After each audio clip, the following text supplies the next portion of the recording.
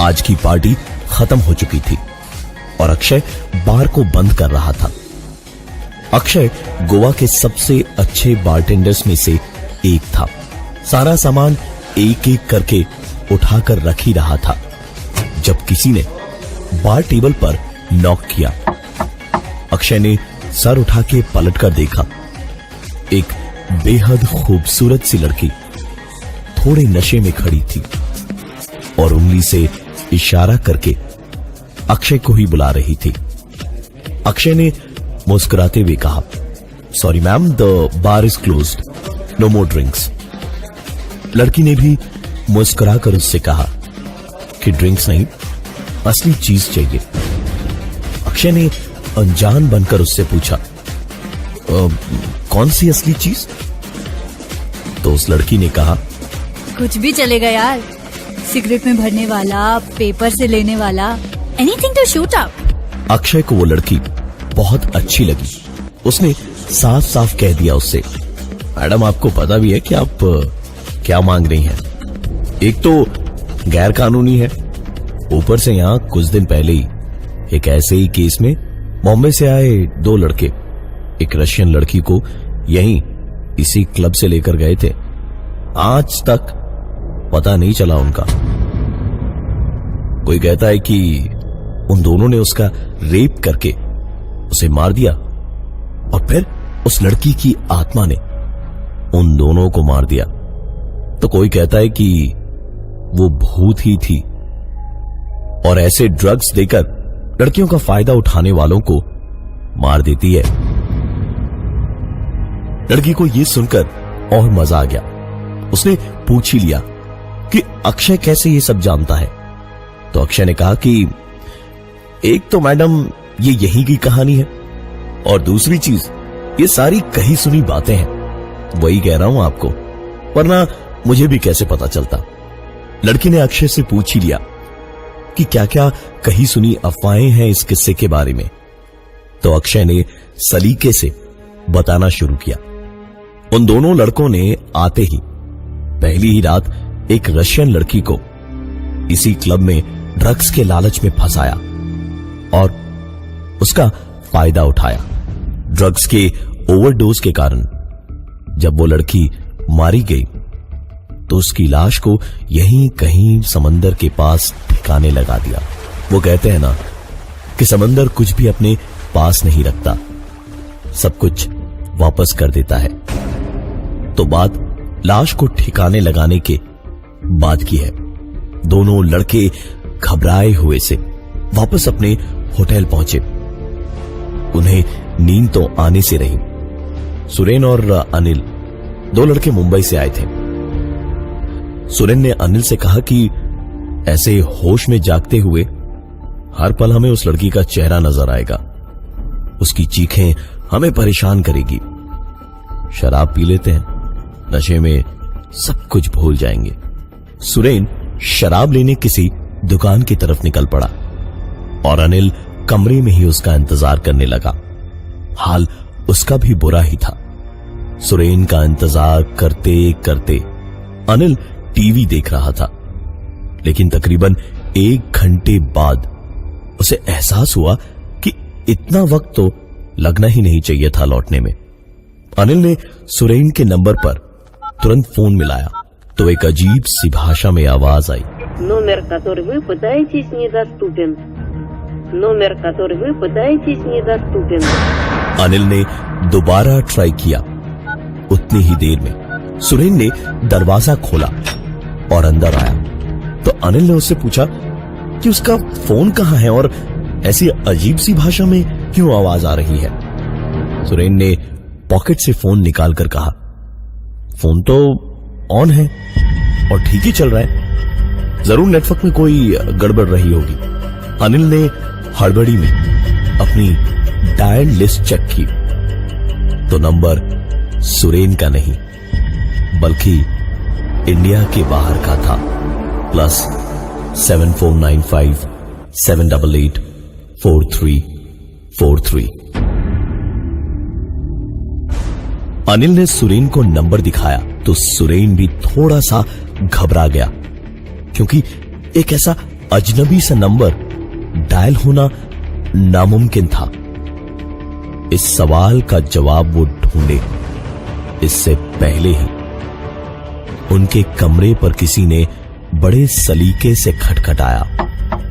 सुरेन ने दरवाजा खोला तो बाहर वेटर था, जिसने बताया कि कोई लड़की उनसे मिलने नीचे आकर इंतजार कर रही है। सुरेन ने अनिल से कहा कि वो देखकर आ रहा है कौन है, और वेटर के पीछे पीछे गया। सीढ़ियों से उतरते वक्त 5-6 सीढ़ियां उतरकर उसने दूर से रिसेप्शन पर उस रशियन लड़की को बैठे देखा तो सुरेन के हाथ पांव फूल गए थे। वो डर से सफेद चेहरा लिए वापस कमरे की ओर भागा और कमरे पर पहुंचकर अनिल से कहा, भाई वो रशियन लड़की जिंदा है या उसकी आत्मा है? लेकिन वही है नीचे रिसेप्शन पर। भाई कुछ तो लोचा है, भाई कुछ तो लोचा है। अनिल उठा और उसने कहा, तो क्या बाहर से ही पीकर आया है बे? हा? चल मैं ही देखूं मरने के बाद में कैसे आ गई यहां तक हमारे पास में। अनिल ने सुरेन का हाथ पकड़ा और उसे खींचता हुआ नीचे तक लेकर गया तो देखा वो तो कोई दूसरी ही लड़की थी। उसको सुरेन का वॉलेट गिरते हुए दिखा था तो पीछे पीछे वही लौटाने आई थी। अनिल ने थैंक यू बोला और सुरेन को लेकर वापस कमरे में आकर उस पे हंसने लगा और हंसते हंसते ही कहा, देख ले भाई, तेरी चुड़ैल ने कहीं पैसे या कार्ड वार्ड तो नहीं चोरी कर लिया? सुरेन ने भी चिढ़ते हुए वॉलेट चेक किया तो उसमें से सारी चीजों के अलावा एक कागज का टुकड़ा निकला जिस पर लिखा था 10वीं दानिया। सुरेन ने कागज अनिल को दिखाया तो अनिल ने इंटरनेट पर इसका मतलब सर्च किया और तब पता चला कि रशियन भाषा में 10वीं दानिया मतलब गुड बाय या अलविदा। दोनों ने एक दूसरे की ओर देखा। आंखों ही आंखों में दोनों समझ चुके थे कि ये सब क्या हो रहा था। कागज को मुट्ठी में भींचकर सुरेन ने डस्टबिन की तरफ फेंक दिया और पलटकर अनिल की ओर देखकर कुछ कहने को ही था कि एक आवाज हुई,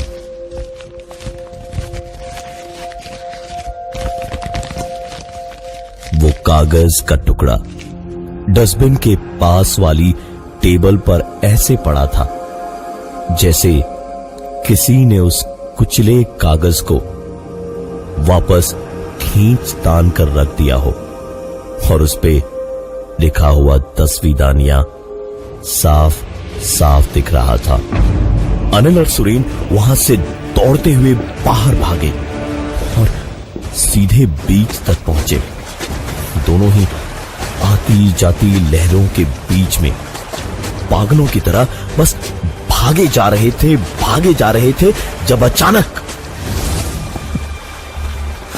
किसी चीज से टकराकर आगे आगे भागता सुरेन गिरा और फिर उसके पीछे ही आता हुआ अनिल भी गिर गया। पलटकर दोनों ने पीछे देखा तो उसी लड़की की लाश रेत में किसी पत्थर की तरह आधी निकली हुई थी जिससे टकराकर वो दोनों गिरे थे। सुरेन लाश देखते ही तुरंत वहां से भागा, लेकिन अनिल लाश के पास ही गिरा हुआ था और लाख कोशिशों के बावजूद उठ नहीं पा रहा था क्योंकि उसका पैर उस लाश ने पकड़ रखा था। अपनी खुली हुई लेकिन खाली आंखों और आधे सड़े खुले मुंह से वो लड़की अनिल की ओर देख रही थी और एक अजीब सी आवाज उसके गले से आ रही थी। अनिल पूरी कोशिश कर रहा था खुद को उसके चंगुल से छुड़ा लेने की, लेकिन वो तो जैसे कोई शिकंजा था जिसमें अनिल का पैर फंसा हुआ था और ऊपर से आती हुई लहरों में ताकत और पानी बढ़ता ही जा रहा था। अनिल की सांस फूलने लगी थी, आंखों से आंसू छलक पड़े थे और कुछ पलों के लिए तो अनिल सिर्फ हाफता हुआ कोशिशें ही करता रहा, पर एक लफ्ज उसके मुंह से निकल नहीं पाया। और अचानक भागते हुए सुरेन को देख के जोर से अनिल जिंदगी की उम्मीद आंखों में लिए हुए चिल्लाया, सुरेन! सुरेन!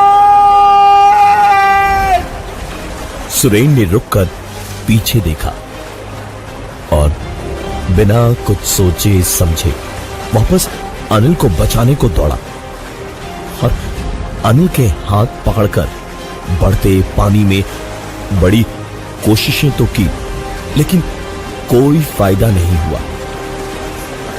अनिल की जिंदगी का सारा नमक समंदर के उस खारे पानी ने सोख लिया था और अब बारी थी सुरेन की। सुरेन बड़ी कोशिशों से बचकर पानी से बाहर निकल तो गया, लेकिन एक बड़ी सी लहर ने उसको उठाकर रेत पर पटक दिया और सुरेन बेहोश हो गया। बेहोशी से उसकी आंख खुली।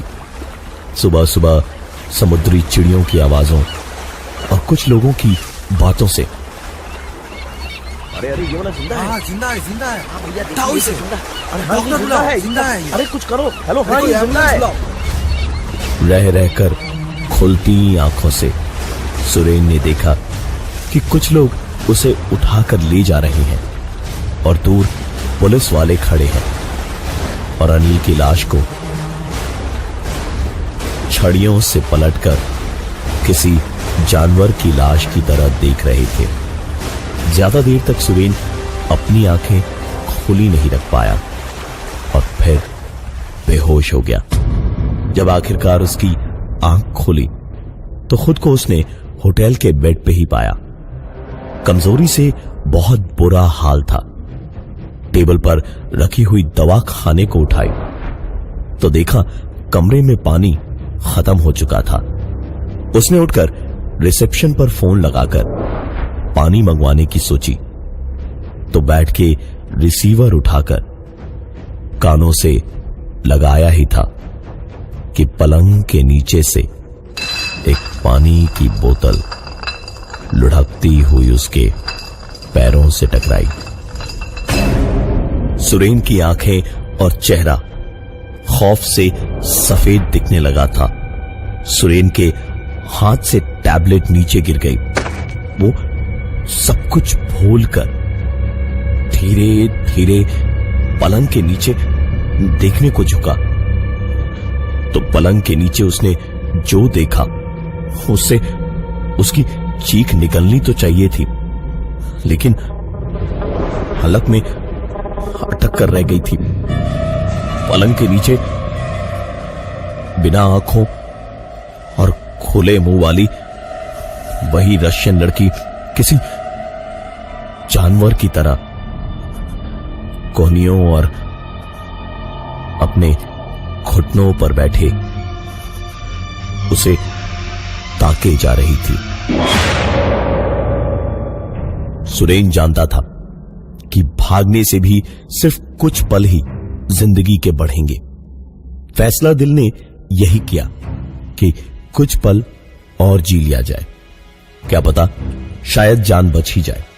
शायद ऊपर वाले ने भी उसकी सुन ली थी। बाहर बादल गरजे और जोर की बरसात शुरू हुई। उसी बरसात में सुरेन कमरे से निकल के सीधा होटल से बाहर भागा और कमरे से लेकर होटल के रिसेप्शन के पार तक उसे गौरतलब रूप से एक भी आदमी दिखाई नहीं दिया।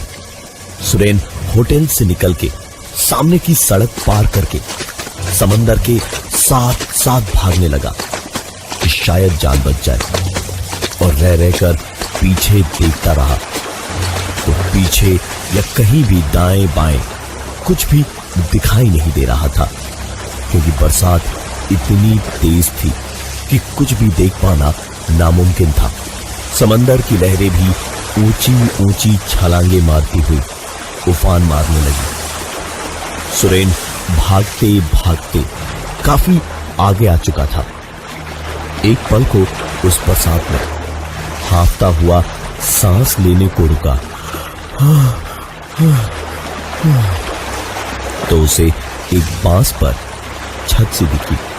सुरेन ने हाफते हुए उसके नीचे जाके खड़े होने को कदम आगे बढ़ाया ही था कि उसकी चीख निकल गई।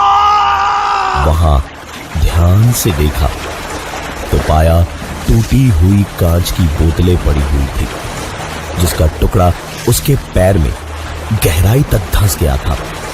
सुरेन ने दर्द से रुक रुक कर चिल्लाते हुए वो कांच का टुकड़ा पैर से निकाला और वहीं बैठकर पैर को फूंक मारता रहा और थकान और दर्द से आखिरकार निढाल होकर बैठ गया और अपनी आंखें बंद करके एक गहरी सांस ली कि तभी एक बड़ी सी लहर आई और एक बार फिर सुरेन की चीख निकल गई।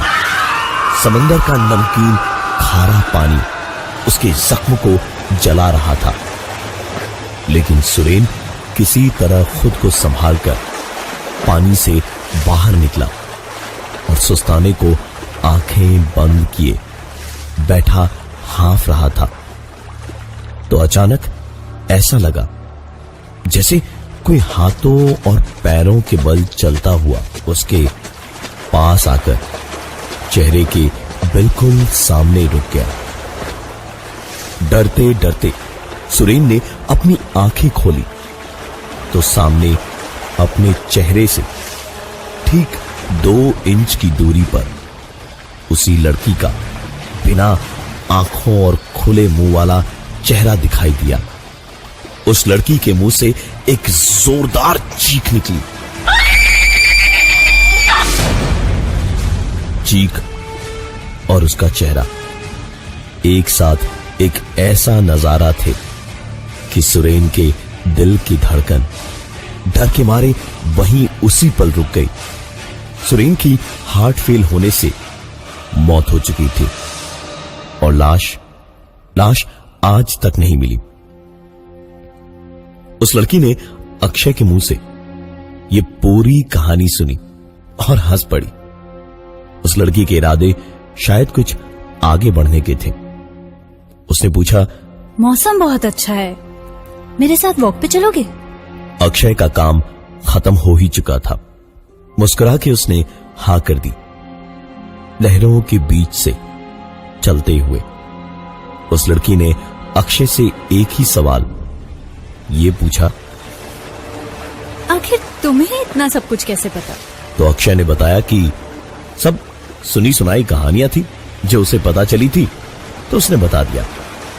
यह सुनकर लड़की ने मुस्कुराते हुए कहा, ये नहीं बताओगे कि आखिर उस लड़की की ड्रिंक में वो रेप ड्रग वाला टैबलेट तुम्ही ने डाला था? अक्षय ने पलटकर उस लड़की के चेहरे को देखा तो ये वही बिना आंखों वाला सड़ा गला सा खुले मुंह वाला चेहरा था उसी रशियन लड़की का। लहरें बढ़ने लगी। पानी के थपेड़े किसी हथौड़े जैसे लगने लगे और अक्षय चाह कर भी कुछ नहीं कर पा रहा था। उसके पैर आती जाती लहरों के रेत से मिट्टी में धंसने लगे। पानी धीरे धीरे सर के ऊपर उठने लगा और अक्षय को पानी के अंदर ही समझ आया कि वो लड़की ठीक उसके पास खड़ी उसके मरने का इंतजार कर रही थी। अक्षय की लाश रशियन लड़की के साथ अनिल और सुरेन की तरह आज तक नहीं मिली है।